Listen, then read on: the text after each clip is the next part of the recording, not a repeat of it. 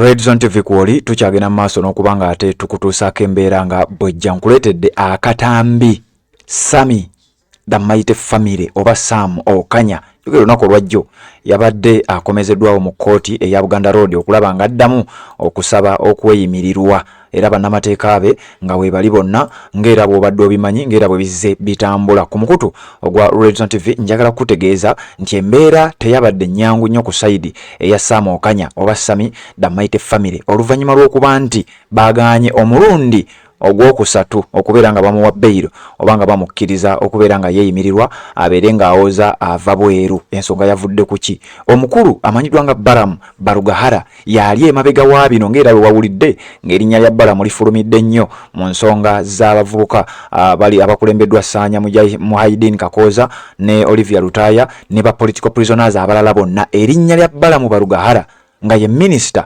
ow'ensonga z'abavubuka erinnya libadde teribulwa mu mawulire ago era libadde litambulira wamu n'ensonga ezo zonna. Kakati Sam Okanya yavuddeyo nannyonnyola n'ategeeza nti bannange ekibadde kinsibye mu mbeera eno n'ensonga okulaba nga beyiro yange tennampeebwa n'embeera yonna nga bw'etambula ekyamazima minisita Balam Barugahara yali emabega w'ebintu bino. Wuliriza, ngenda okuwa akatambi owulire. Sammy agamba nti yabadde ali awo ng'alaba Balam azze mu kkomera gye baamusibira nti Balam mu kujja ng'abaako byamukonvinsinga nti munnange bw'oba oyagala tukute olina okwogera ebigambo bino wammanga, era ebigambo Balam Barugahara n'abeera ng'abimutegeeza nti era bw'otabyogera ojja kubeerayo. Kati ziba teziri busa, omukulu amanyiddwa nga omulamuzi Sekaana ali mu musango ogwa Sam Okanya n'akubira Balam Barugahara ng'amubuuza omwana ono Sammy nga ndabisa nnyo ku Twitter. Jjukira abantu bakimanyi nti nze ndi mu musango gwe naye nga bindabisa nnyo ngenda kukola ntya muwe beyiro mutagende. Balam Barugahara n'amuddamu n'amwanukula n'amutegeeza nti oyo omuvubuka tuyina bye twakkaanyizza, no nina bye namugambye bye namusabye okukola newankubadde nga ye akyakalubye.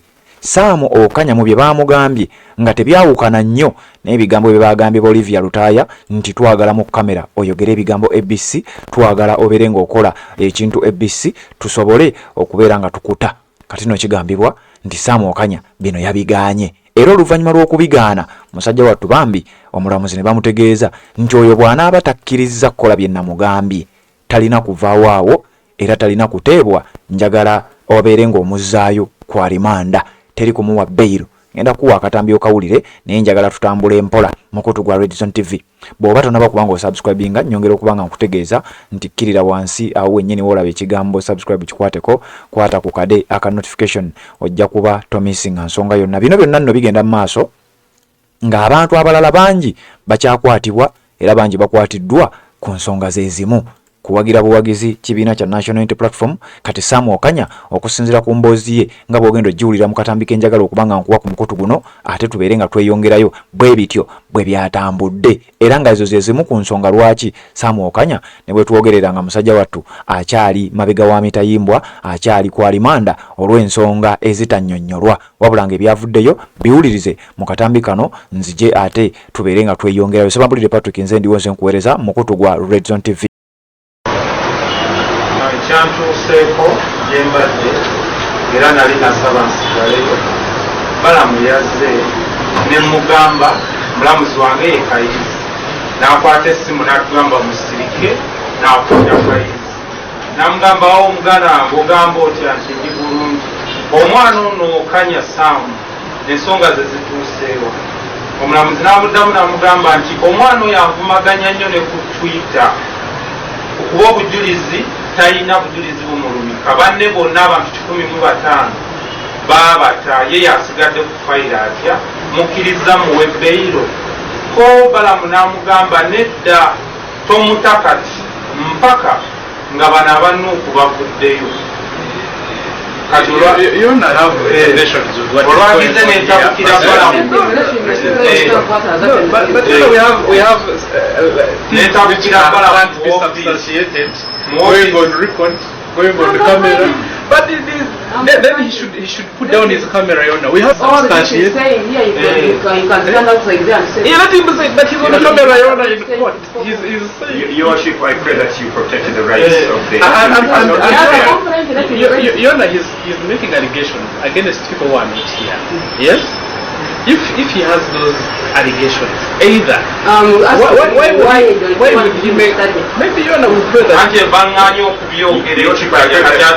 how is it how is what is connected with what that is what I'm trying to establish. He's making allegations which are outlandish. You're saying that TM is no longer in this matter now. Era kimanyi omulamuzi ansindise n'okugireyinga naye nze sirina buzibu baloya bange bwe bali bakwasaganye ensonga ezo okukwakuliza Balamu bwe yampadde sigenda kukola. All we can do now is hear this case. You have powers to apply and appeal the bail application order that was given in the High Court. You can take that alternative, but in the meantime, this court will hear this matter. It's the logical conclusion. All this, you have your ability for the minister approach to you in external. You have a right to choose, say, look, all this. Did he force you? Did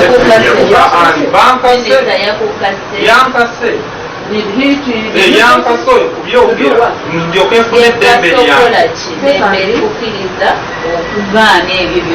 anti okusinziira all those, the ministers, the outside people, they are not court. anti bamuzizza nsonga kyensi kyeri. Yes, embeera bwetyo bwe yatambudde byebigambo Sam Okanya byasobodde okuba nga ategeeza mu kamera era nga naye yabyogedde annyonnyola bulungi nnyo kiki ekyabaddewo gwampuliriza Sam mu bigambo bye bwatyo bwe yategeezeza nti omukulu amanyiddwa nga Balam Barugahara yamutuukiridde n'abaako obubaka bwe yamuwadde nti njagala bw'otuuka mu kkooti yogera bw'oti era bw'otabyogera togenda kubanga ofuluma era nga bwe yakyogedde bwe kityo bwe kyabadde. Era yemu ku nsonga lwaki wetwogerera yandibanga oba si yandiba wabula y'ensonga lwaki Sam Okanya ne wetwogerera ssaawa zino akyali mabega wa mitayimbwa era ng'ali ku alimanda olw'okuba nti yawagira His Excellency Robert Kyagulanyi Ssentamu oba yagenda oba yeetaba mu kwekalakaasa okulwanirira eddembe lye. Naye bino byonna bigenda mu maaso ng'ajjukira omuvubuka oyo bangi mu kibiina ekya National Unity Platform naddala abawagizi abakkiririza mu nkyukakyuka abakkiririza mu His Excellency Robert Kyagulanyi Ssentamu bambi babadde bamwambaza ekintu nti Sami akolera gavumenti. Naye ndowooza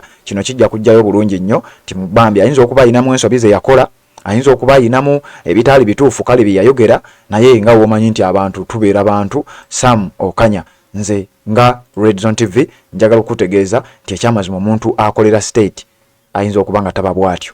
Mukutu gwa Red Zone TV tuliziganye mu updates eziddako. Assalamu alaikum wa rahmatullahi wa barakatuh. Amanya n'eddoboozi Aji Abdu omusomi w'eddua nkola ku nsonga ez'enjawulo emirimu nga gikutataganyeko ebyenfuna byo nga bidobonkanye ne oba oli bweru wa ggwanga emirimu gya kucankalanako jangu kusomere ku ddua okuvudda nedda eddua zaabaawo eddua zisomibwa omuntu n'oterezebwa mu mbeera yonna ebadde ekusibyeko akanyaga. Nina ekyoto kye nsobola okukumira wadde oli bweru wa ggwanga nga toli kumpi wano n'ofuna omukisa ogwo nawe n'osomerwako ku ddua nga nkuteddeko n'akabaani Allah ajja kusaasira ajja kwanukula. Kuba ku namba yange y'essimu 0752 44 71 56 ne ku WhatsApp kwendi mpereza obubaka sobole okuyamba. Assalamu alaikum wa rahmatullahi wa barakatuh.